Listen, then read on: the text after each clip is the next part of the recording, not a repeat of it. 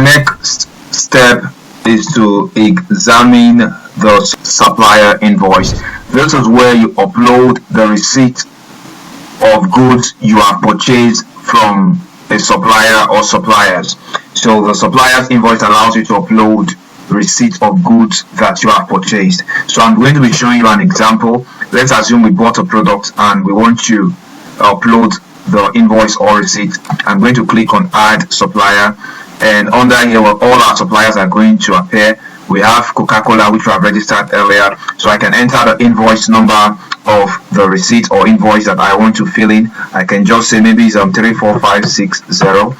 Then what's the total worth of the goods I bought? We can say it's 450,000. Amount paid, did I pay in full or I made a part deposit?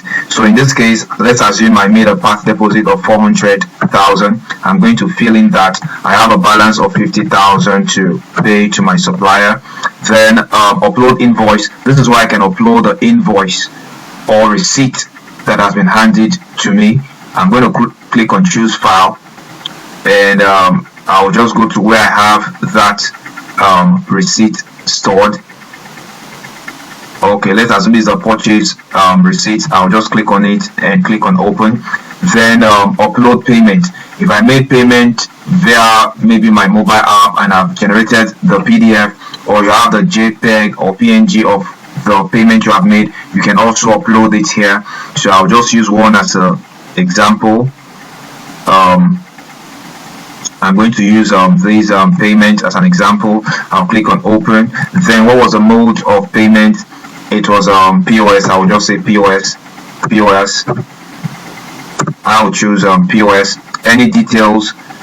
So whatever details I want to add here, I will just say none. No details for now. Haven't filled all the field. I'll click on save. Now you can see invoice successfully saved, and I'll click on OK. Then, haven't done this, I can now view invoice for a selected range from under 8 to under 8. You'll see that it's going to fetch out invoice, receipt or invoice that has been uploaded. So you can see that the supplier is Coca-Cola. This is the invoice number. The total amount is this. We paid a sum of 400,000. We have to balance 50,000. Uploaded invoice. So I can view the uploaded invoice by clicking on view. It's going to bring out the invoice. So this is the invoice that was uploaded. So if you have uploaded your supplier's correct invoice, it's going to show here. You can also view payment history. Let's assume there's an argument on payment. This is where you can just get the receipt of that payment by clicking on view receipt, and it's going to bring out the receipt of payment that you made to your supplier. Let's assume we want to now pay our supplier the outstanding 50,000.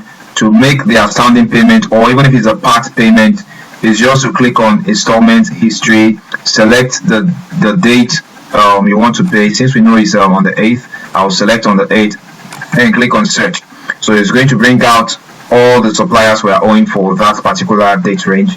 You can see that Coca-Cola, the invoice is there, a total amount of 450,000. We paid 40,000. Have an outstanding 400. We paid 400,000. We have an outstanding of 50,000 to be paid.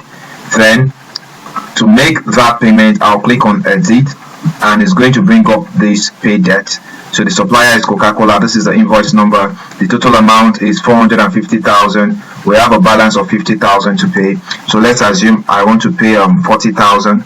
You can see that it's going to automatically do the calculation. If I'm paying 40,000, that means I'll now have a balance of 10,000 to pay. Let's assume this is the invoice we used to make payment. What's the mode this time around? Let's assume it's transfer. So I'm going to enter all those details. Any details I want to keep, maybe so whatever info you want to put here, you can click on save. I haven't done that payment. If I now come to install history and I select the date range on the 8th, so on the 8th, and I click on search, it's going to bring out this. You now see that we now have the second record telling us that we're owing this customer. We bought goods worth 450,000.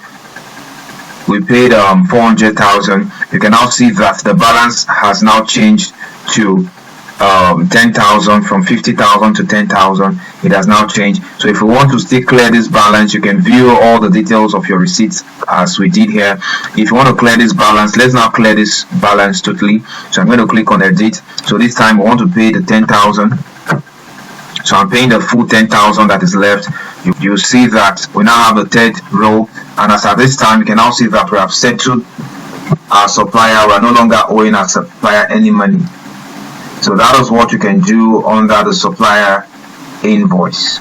Features: track multiple customer orders efficiently, provide clear invoices, charge per item, store customer details, offer repeat service discounts, accept cash, POS, transfers, check, manage costs and monitor revenue growth. You can choose between the offline and online version. You can access it on your phones. Monitor the general activities of your business from the admin panel. Perform backup and restore and lots more. Get a customized quote today. Like, comment, share, subscribe. Subscribe now for more software demos.